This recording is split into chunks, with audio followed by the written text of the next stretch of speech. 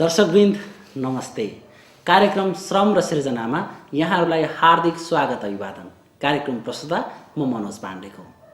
यहाँहरूले गत हप्तादेखि प्रत्येक शनिबार ठिक यसै समयमा कार्यक्रम श्रम र सृजना हेर्दै आउनु भइरहेको छ। यो श्रम र सृजनाको दोस्रो भाग हो। कार्यक्रम श्रम र सृजनामा हामी नेपाली श्रम क्षेत्रसँग सम्बन्धित विभिन्न विषयवस्तुमा चर्चा गर्ने गर्छौँ। आउनुहोस् दर्शकवृन्द, कार्यक्रम श्रम र सृजनालाई अगाडि बढाउँ आज हामीसँग भएका विषयवस्तुहरूको हाइलाइट्सबाट।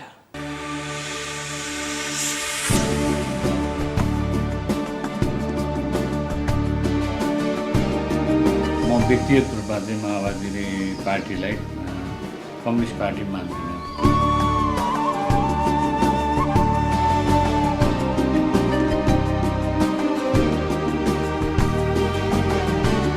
संसारका मजदुरहरू एक हुनुपर्छ।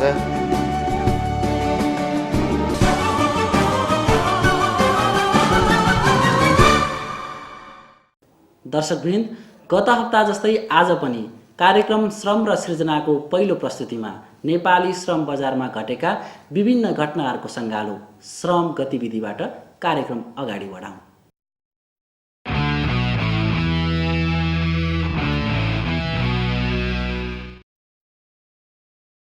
नेपाल ट्रेड युनियन महासङ्घ जिफन्डले राजनीतिक दलले आकस्मिक रूपमा निर्वाचन स्थगित गर्ने निर्णय गरेको प्रति गम्भीर ध्यानाकर्षण भएको जनाएको छ। एक प्रेस विज्ञप्ति प्रकाशित गरी उसले भनेको छ, संविधान सभाको निर्वाचन अनिश्चितकालका लागि स्थगित गरिनु दुर्भाग्यपूर्ण र खेदजनक तथा जनआन्दोलन 2062-63 को भावना विपरीत कदम हो। यसरी देशलाई अन्यलतर्फ धकल्ने यो कदमको नेपाली श्रमिकहरूको गम्भीर आपत्ति रहेको छ। साथै सबै वर्ग, समुदाय र राजनैतिक पार्टीलाई संविधान सभा मार्फत लोकतान्त्रिक गणतन्त्र स्थापनार्थ अग्रसर हुन हार्दिक अपिल गरेको छ। नेपाल नाइट ट्रेड युनियनको 4औं स्थापना दिवस तथा दशैं शुभकामना आदान प्रदान कार्यक्रम यही असोज 21 गते सम्पन्न भयो।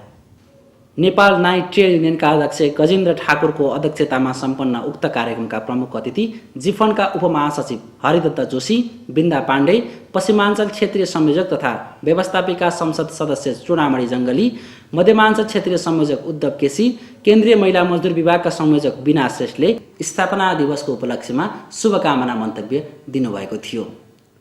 मलेसिया स्थित नेपालीहरूको सङ्गठन नेपाली प्रवासी श्रमिक सङ्घ मलेसियाको दोस्रो राष्ट्रिय सम्मेलन मलेसियामा भव्यताका साथ सम्पन्न भयो। सम्मेलनमा मलेसिया स्थित श्रमिक नेपालीहरूको समस्याको बारेमा छलफल भएको थियो। सम्मेलनले मलेसिया स्थित नेपाली राजदूतावासलाई 22 बुँदे सुझावहरू हस्तान्तरण गर्नुका साथै मलेसियामा नेपाली श्रमिकहरूले भोगिरहेका समस्याका बारेमा जानकारी गराएको थियो। नेपाल ट्रेड युनियन महासङ्घ जिफन्डका हरिदत्त जोशीले श्रमजीवीको हक र अधिकार सुनिश्चित गर्नुपर्ने बताउनु भएको छ। शुक्रबार राजधानीमा नेपाल यातायात स्वतन्त्र सङ्गठन बागमती अञ्चल समितिद्वारा आयोजित जिफन्ड लघु स्वास्थ्य बिमा प्रशिक्षण तथा भेला कार्यक्रममा उहाँले सो धारणा व्यक्त गर्नुभएको हो। कार्यक्रममा उहाँले मजदुर अधिकारलाई प्रोत्साहन दिनका लागि तत्काल संविधान सभा निर्वाचनको मिति तय गर्नुपर्ने समेत बताउनुभयो। सो अवसरमा जिफन्ड राष्ट्रिय कमिटी सदस्य तथा लघु स्वास्थ्य बिमा कार्यक्रम सचिव जनक चौधरीले सहकारी र लघु स्वास्थ्य बिमा सम्बन्धी जानकारी दिनुभयो।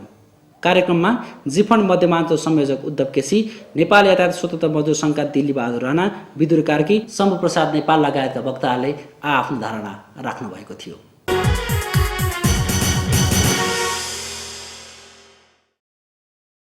दर्शकवृन्द, यो थियो नेपाली श्रम बजारमा साताभरि घटेका घटनाहरूको सङ्गालो श्रम गतिविधि।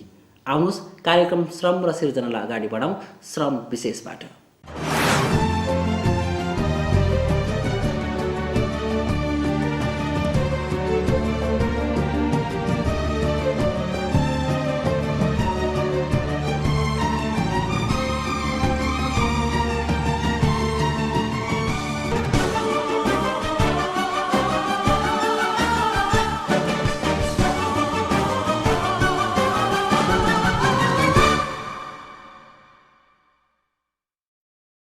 संविधान सभा सदस्य निर्वाचन ऐन पारित भएपछि नेपाली समाजमा चलिरहेको राज्य पुनर्संरचनाको बहसमा नयाँ आयाम थपियो।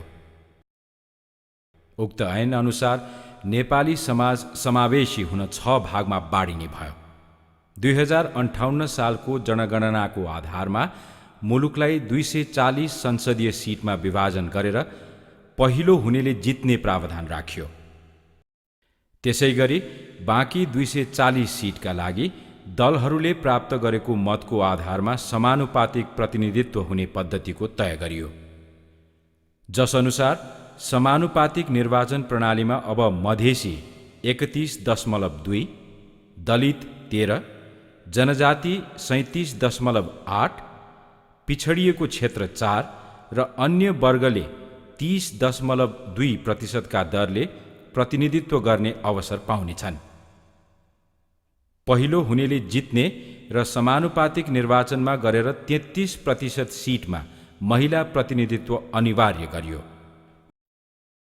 यो व्यवस्थाले नेपाली समाजमा वर्षौंदेखि पहिचान र अस्तित्व खोज्दै आएका दलित, जनजाति, महिला र पिछडिएका वर्गको प्रतिनिधित्व त सुनिश्चित भयो, तर देशको 70% भन्दा बढी हिस्सा ओगट्ने मजदुर वर्गलाई भने राज्य निर्माणमा सहभागी हुने ऐतिहासिक अवसरबाट वञ्चित गरायो। यो व्यवस्थाले संविधान सभामा जातीय, क्षेत्रीय र लैङ्गिक आधारमा मात्र प्रतिनिधित्व सुनिश्चित गरेको छ, जसले वर्गीय आधारमा गरिने प्रतिनिधित्वलाई चटक्कै भुलेको छ। तर आधारभूत तहका श्रमजीवी वर्ग र उत्पीडित समुदायका जनताको प्रतिनिधित्व बिना जातीय, क्षेत्रीय र लैङ्गिक समावेशीकरणबाट मात्रै सामाजिक न्याय स्थापना र शोषणको अन्त्य कसरी होला? किनकि समावेशीकरणको प्रक्रिया श्रमजीवी वर्गको प्रतिनिधित्व बिना अधुरो र अपुरो मात्रै होइन, प्रकारान्तरले असम्भव पनि छ। राजनीति र श्रम मामिलाको सम्बन्ध बुझ्नेहरू यसलाई अनौठो मान्छन्। अहिले अन्तरिम व्यवस्थापिका संसदमा कम्युनिस्टहरूको बहुमत छ। कम्युनिस्टहरू आफूलाई मजदुर र सर्वहारा वर्गको पार्टी भन्न रुचाउँछन्। त्यस अर्थमा वर्गीय राजनीति उनीहरूको विशेषता नै हो। नेकपा माओवादीका प्रवक्ता कृष्ण बहादुर महरा भन्छन्, आधारभूत सिद्धान्तबाट विचलित नभएको अवस्थामा हरेक कम्युनिस्ट पार्टी मजदुर वर्गकै पार्टी हुन्छ। कम्युनिस्ट पार्टी भनेकै मजदुरहरूको पार्टी हो र नेपालमा कम्युनिस्ट पार्टी जति धेरै छन्, मलाई लाग्छ अब आधारभूत सिद्धान्तबाट विचलित नभएको अवस्थामा उनीहरूले मजदुरहरूको नेतृत्व गर्छन् र मजदुरको हितकै कुरा उठाउँछन् र हरेक नीति निर्माणमा, हरेक ऐन निर्माणमा, राष्ट्रिय पोलिसी निर्माणमा मजदुरहरूको पक्षमा नै उनीहरूको आवाज उठ्छ। त्यस कारणले मजदुरको बेग्लै प्रतिनिधित्वको आवश्यकता पर्छ भन्ने मलाई लाग्दैन। नेपालको अन्तरिम संविधानले मजदुरलाई समानुपातिक सिद्धान्तका आधारमा राज्यको संरचनामा सहभागी हुने हकलाई मौलिक हकका रूपमा सुनिश्चित गरेको छ। तर संविधानको भावना र मर्म विपरीत राजनीतिक दलहरूले उनीहरूलाई संविधान सभा निर्वाचनमा प्रतिनिधित्वको सुनिश्चितता गराएनन्। त्यसको मतलब के माओवादी लगायतका अन्य पार्टीहरू वर्गीय राजनीतिलाई छोडेर आधारभूत सिद्धान्तबाट विचलित भएका हुन् त? अब त्यो चाहिँ छलफलको विषय हो। अब सबै कम्युनिस्ट पार्टीहरूले मजदुरहरूको कुरा कतिको जेन्युन अथवा गम्भीरतापूर्वक उठाउँछन् त्यो त हेर्नुपर्छ। तपाईँले क्वेसन जहाँ राख्नुभयो, मजदुरहरूको सवाल उठ्छ कि उठ्दैन भन्ने प्रमुख कुरा हो। मजदुरहरू सहभागी हुन्छन्, जस्तो यहाँ जातीय, क्षेत्रीय, लिङ्गीय प्रतिनिधित्वको कुरा उठाएको छ नि। कम्युनिस्ट पार्टीले के ठान्छ भने, कम्युनिस्ट पार्टीको दृष्टिकोणमा के हो भने त्यो सबैको सहभागिता र समावेशी हुनुपर्छ भन्ने कुरा पनि साँचो कुरा हो। त्यसले भावनाहरूको केन्द्रीकरण हुन्छ र भावना केन्द्रीकरण भनेको अन्ततः राजनीति र विचारको पनि केन्द्रीकरण निश्चितै हो। तर कम्युनिस्ट पार्टीको हैसियतबाट, कम्युनिस्ट विचारधारा राख्ने हैसियतबाट मैले के ठान्छु भने सबै वर्ग, क्षेत्र, जात, जाति, भाषा, भाषी र सबै पेसागत सङ्गठनहरूको सबैको विचारको प्रतिनिधित्व गरिदिने कुरा हो। प्रतिनिधित्व हुन सक्यो भने त्यो त सबभन्दा सर्वोत्तम उपाय नै त्यही हो। किनभने हामीले सबैलाई सबै ठाउँ राखी सम्भव पनि हुँदैन। तर फेरि एउटा कुरा म तपाईँलाई के पनि भन्छु नि, आवश्यक छैन भनेर मैले तपाईँले भन्नुहुन्छ नि, आवश्यक अब अहिलेको स्थितिमा, चेतनाको यो स्तरमा कतिपय अवस्थामा कम्युनिस्ट पार्टीहरू पनि मजदुरहरूको पेसागत हक हितबाट अथवा मजदुर विचारबाट भन्नुहोस् न, श्रमिक विचारबाट थोरै विचलित हुन खोजे जस्तो सन्दर्भमा मजदुरहरूको सहभागिता वास्तवमा हुनुपर्छ, गराउनुपर्छ, कुनै न कुनै तरिकाले त्यसबारेमा गम्भीरतापूर्वक सोच्नु पनि पर्छ हामीले। राष्ट्रिय श्रमशक्ति सर्वेक्षण 2060-61 का अनुसार नेपालको कुल श्रमशक्ति 1,14,00,000 छ, जसमध्ये 45 लाखभन्दा बढी ज्यालाजीवी श्रमिकहरू छन्। यो सङ्ख्या कुल जनसङ्ख्याको झण्डै आधा मात्रै होइन, नेपाली श्रम बजारको निर्णायक तागत पनि हो। तर मजदुर र आधारभूत तहका जनताको नाममा राजनीति गर्नेहरूले पनि नीति निर्माण तहमा श्रम क्षेत्रका प्रतिनिधित्वका मामलामा ध्यान नपुर्याउनुलाई स्वाभाविक मान्न सकिन्न। श्रमिक वर्गको समानुपातिक प्रतिनिधित्व नहुने भएपछि मिति 2063 चैत्र 5 गते व्यवस्थापिका संसद नियमावली 2063 को नियम 120 अनुसार संविधान सभा सदस्यको निर्वाचनका सम्बन्धमा व्यवस्था गर्न बनेको विधेयकमाथि नेपाल मजदुर किसान पार्टीका विधायक सुनिल प्रजापतिले संशोधन प्रस्ताव पेश गरेका थिए। राज्य व्यवस्था समितिमा समेत उनले फरक मत राखेपछि मजदुरका बारेमा छलफल चल्यो। तर उनको प्रस्तावमाथि कसैले समर्थन गरेनन्। मजदुर र किसानहरूको समानुपातिक प्रतिनिधित्व बिना हामीले हस्ताक्षर गर्ने छैनौँ भनेर फरक मत पनि त्यहाँ प्रस्तुत गऱ्यौँ र अन्तमा ल तपाईँहरूलाई चित्त बुझ्छ भनेर एउटा कुरो के ड्राफ्ट गर्नुभयो भने एकजना सांसद मित्रले अब मजदुर किसान अपाङ्गहरूको समुचित प्रतिनिधित्व गराउनको निम्ति ध्यानाकर्षण गर्नेछ भन्ने खालको एउटा ड्राफ्ट ल्याउनु भयो र त्यसमा हामीले चित्त बुझाएनौँ, फरक मत प्रस्तुत गऱ्यौँ। व्यवस्थापिका संसदमा पनि हामीले त्यो कुरालाई उठायौँ, तर त्यो पास हुन सकेन। त्यहाँ एमालेका सांसदहरू हुनुहुन्छ, त्यहाँ माओवादीका सांसद हुनुहुन्छ, जनमोर्चाका वाममोर्चाका सांसद हुनुहुन्छ, जो सबैले आफूलाई कम्युनिस्ट पार्टी भनेर दाबी गर्छन्, तर उहाँहरूले मजदुर र किसानको कुरोमा समर्थनसम्म पनि गरिदिनु भएन।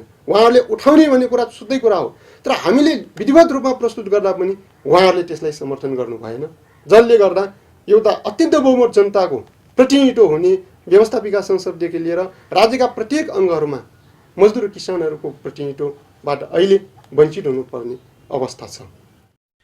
राजनीतिक दलहरू र मुलुकको नीति निर्माण तह श्रम र श्रमिकका मामलामा संवेदनशील र सकारात्मक देखिन सकेका छैन।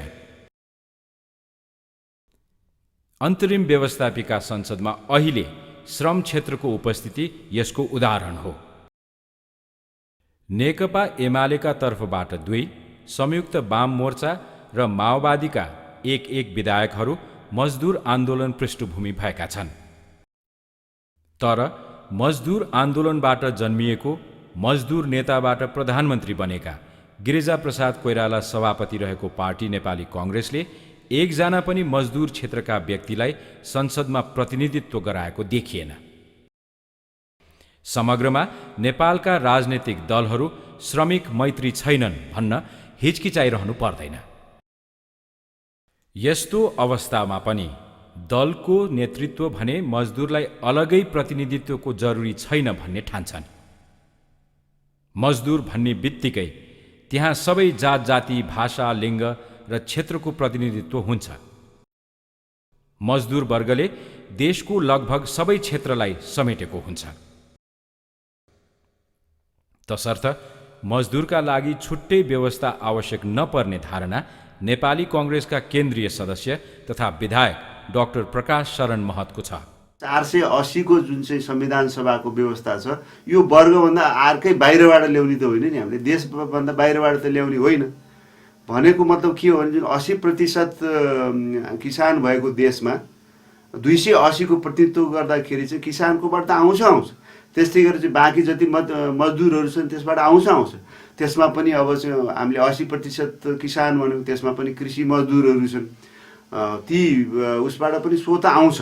त्यसकारण त्यसको लागि छुट्टै क्याटेगोरी गरेर हामीले चाहिँ त्यसमा चाहिँ आरक्षण गरिराख्ने जरुरत भएन कि स्वाभाविक रूपमा जुन चाहिँ आरक्षण गरिएको छ ती चाहिँ कि किसान हुन्छन् कि मजदुर हुन्छन् कि उद्योग व्यवसायी पेसामा लागेका हुन्छन्। तर संयुक्त वाम मोर्चा नेपालका विधायक गणेश शाह मजदुरको प्रतिनिधित्व नहुनुका मुख्य 3 वटा कारण देख्छन्। राज्य चाहिँ मजदुरहरूको मागप्रति अझै पनि संवेदनशील छैन। त्यसको मुख्य कारण के हो भने अहिले पनि नेपालको मजदुर आन्दोलन मैले त्यसलाई 2-3 भागमा वर्गीकृत गर्छु।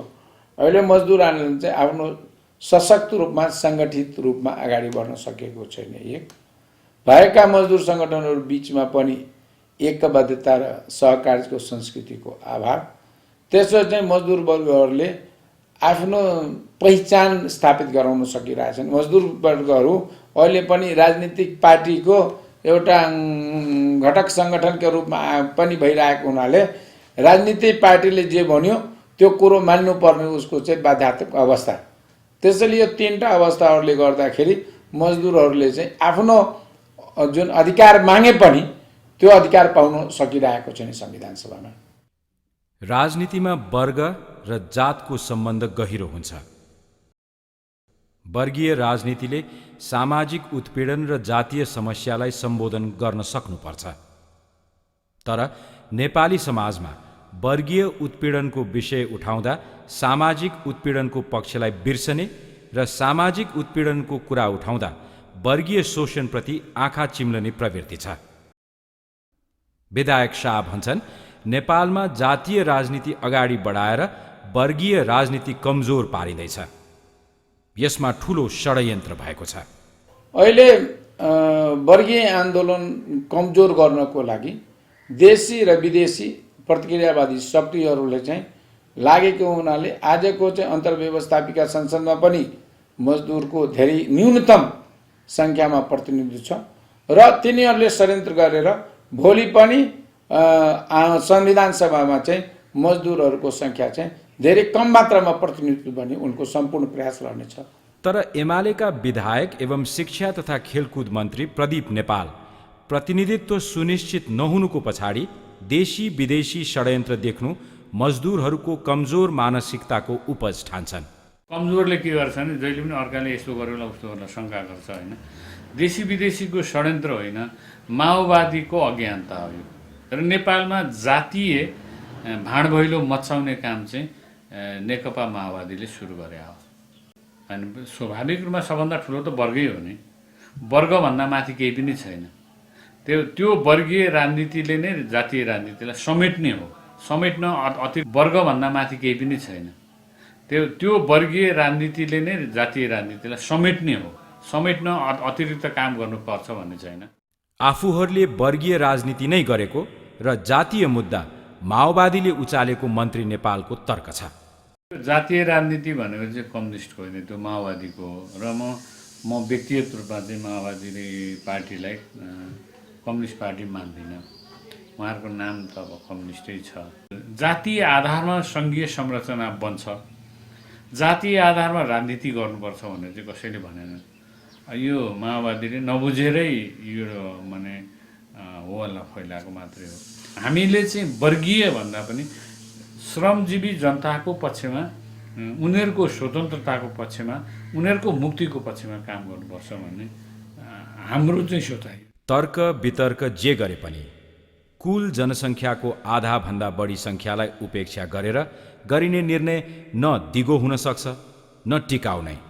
त्यसैले श्रम र श्रमिकको सम्मान गर्ने नीति निर्माण र त्यसको कार्यान्वयन तहमा उनीहरूको प्रतिनिधित्वको सुनिश्चितता खोजिनुको विकल्प छैन।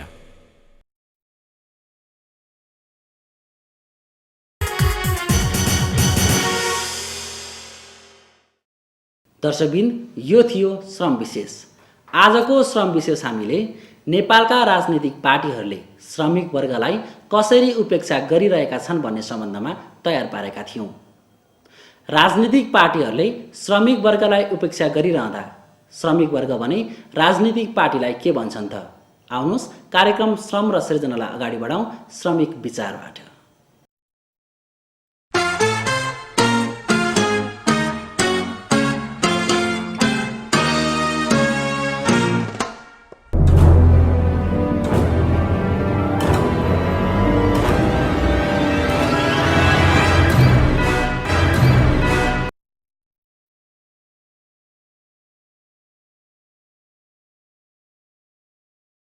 यो बालाजु औद्योगिक क्षेत्रभित्र अवस्थित नेवीको बिस्कुट प्राली हो।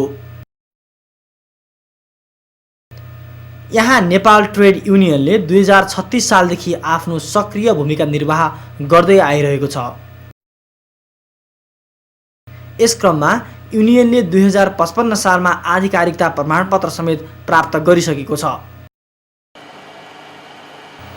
हाल यस युनियनमा 180 सदस्य आबद्ध छन्। यहाँका हरेक मजदुर आफ्नो हक र अधिकारका लागि उत्तिकै सचेत र जागरुक छन्। उनीहरू आफ्नो हक र अधिकार सुनिश्चित होस् भन्ने चाहन्छन्। तसर्थ अब हुने संविधान सभाको निर्वाचनमा मजदुरको प्रतिनिधित्व सुनिश्चित गराइनुपर्ने धारणा नेपाल खाद्य तथा पेय मजदुर युनियनका उपाध्यक्ष हर्ष महर्जनको छ। यो हाम्रो ट्रेड युनियन महासङ्घले मतलब यो संवैधानिक उसमा चाहिँ नि हामीले प्रतिनिधित्व गर्नुपर्छ भनेर हाम्रो माग छ।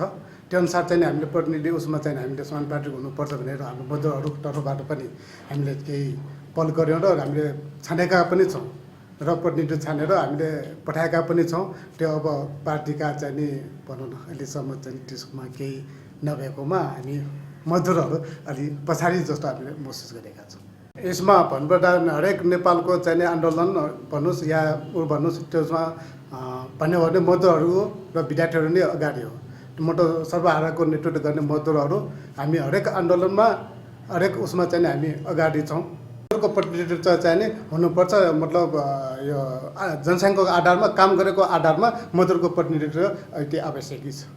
मजदुरहरूलाई चाहिँ नि जुन पिछडिएको जस्तो मजदुरहरू अलिक कम मतलब नबुझेका नजानेका जस्तो मतलब यहाँको जुन अब सरकारले भनौँ अथवा त्यस्तो चाहिँ नि भइरहेछ, त्यसमा चाहिँ नि मतलब हामी दुःख लाग्छ। हेर्नुहोस् अब यहाँ चाहिँ अब नेपालमा 14 जिल्लामा कतिवटा चाहिँ नि जाति भाषीहरू छन्। तिनीहरूको बढीमा तिनीहरूकै चाहिँ अहिले जहाँ चाहिँ बाटो बन्द मतलब अञ्चल बन्द दुनियाँ कुरा आएछ भाषा भाषीको मात्र चाहिँ नि उ भइरहेछ। तर मजदुरहरू अहिले भनौँ न मतलब देशको स्थिति अनुसार देशको परिस्थिति अनुसार चाहिँ नि मजदुरहरू अहिले त्यो आन्दोलन उसमा हामी लागिरहेको छैन होइन। मतलब त्यस्तै पर्यो भने मजदुरहरू पनि हामी उठ्न तयार छौँ।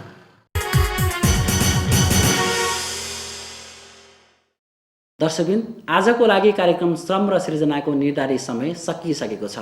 तपाईलाई यो कार्यक्रम कस्तो लाग्यो हामीलाई पत्राचार गर्न नभुल्नुहोला। तपाईले हामीलाई पत्राचार गर्ने ठेगाना यो टेलिभिजन स्क्रिनमा देखिरहनु भएको छ। हवस् त, आजलाई कार्यक्रम श्रम र सृजनाबाट म मनोज पाण्डे लगायत सम्पूर्ण युनिटलाई बिदा दिनुहोस्। जाँदा जाँदै तपाईँहरूलाई श्रम सम्बन्धी यो म्युजिक भिडियो छोडेर जाँदैछु। नमस्ते।